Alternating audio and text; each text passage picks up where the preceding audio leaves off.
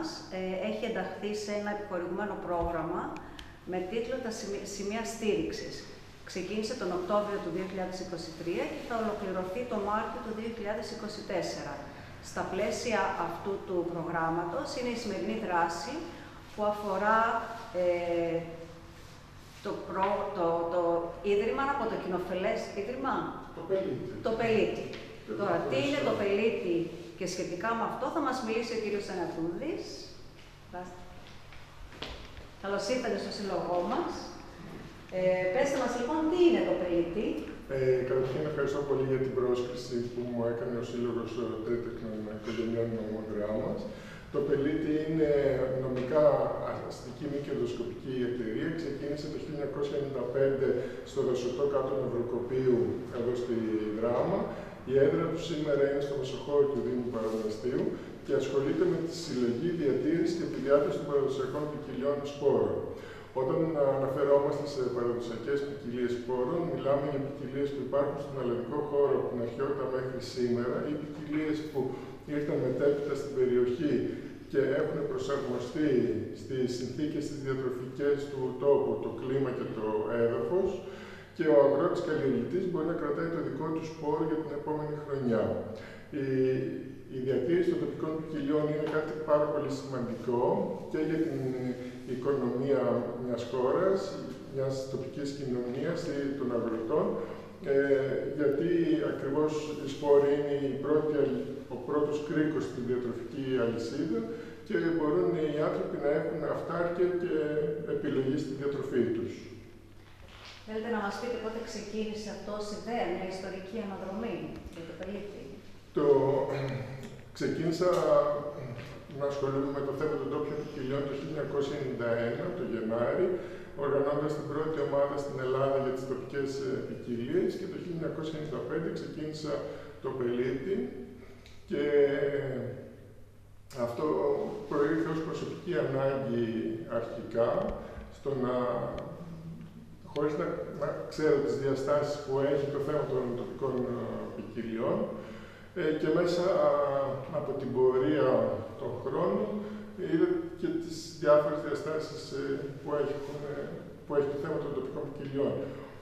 Τα πρώτα χρόνια ταξίδεψα με τα πόδια και με το στόμα ανά την Ελλάδα, αναζητώντας τους καλλιεργητές που κρατάνε το δικό τους σπόρο. Στη συνέχεια ξεκίνησα τη γιορτή σπόρων του Πελίτη που συνεχίζει μέχρι τώρα και έχει χαρακτηριστεί ως η μεγαλύτερη γιορτή παγκοσμίως από το Seed Saver της Αυστραλίας. Οργάνωσα δίκτυα διατηρητών, δίκτυα καλλιεργητών, γιορτές.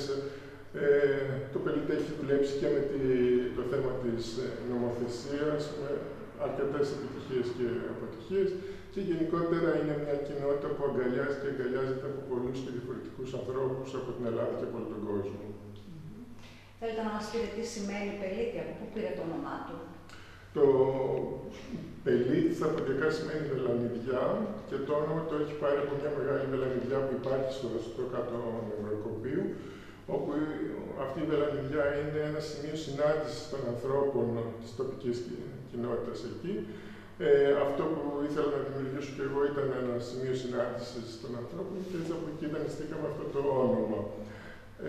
Όσο αφορά το σήμα του Πελίτη, που είναι ένα δέντρο και χορεύουν γύρω του άντρες και γυναίκες και υπάρχουν και πουλιά παράλληλα, είναι από το μύθο των Ιθαγενών για το δέντρο της ζωής, όπου κάποια στιγμή όλοι οι άνθρωποι θα ενωθούν γιατί όλοι είμαστε ένα πράγμα.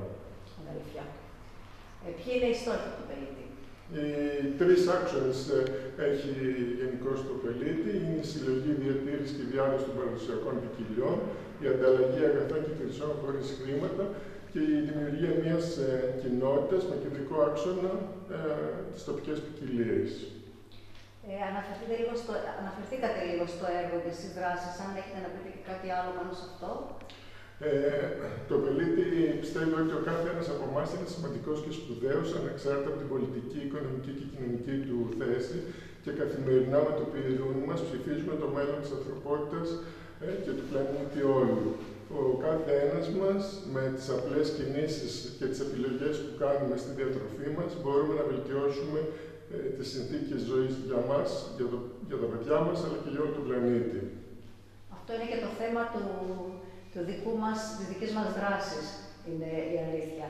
Και θα δώσουμε μέσα σήμερα σε αυτή την εκδήλωση, θα δώσουμε απλά πρακτικά πράγματα που μπορεί να κάνει ο κάθε πολίτης στην καθημερινή του ζωή για να βελτιώσει τις συνθήκες της ζωής του και να δει και τη δύναμη που έχει. Γιατί εμείς θεωρούμε ότι είμαστε υπεύθυνοι για αυτό που συμβαίνει και είναι σημαντικό να αναλάβουμε ένα κομμάτι της ευθύνης που μας αναλογεί και αυτό είναι σημαντικό. Έτσι ακριβώς.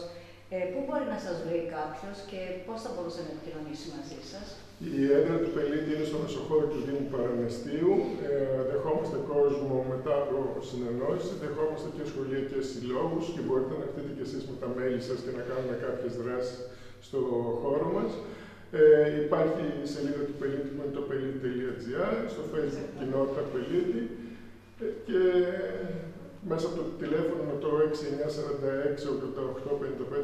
6946-885567 μπορεί όποιος θέλει να πάρει περισσότερες πληροφορίες ή να ζητήσει πόρους από το πελίτη. Ωραία. Και ποιο είναι το φιλοσοφικό υπόβαθρο του πελίτη? Να πάμε στην ουσία τώρα. Το έχουμε πει από πριν. Ναι, απλά. Ωραία. Σας ευχαριστώ πάρα πολύ. Και εγώ σας ευχαριστώ πάρα πολύ και εμείς που είστε εδώ. Να είστε καλά.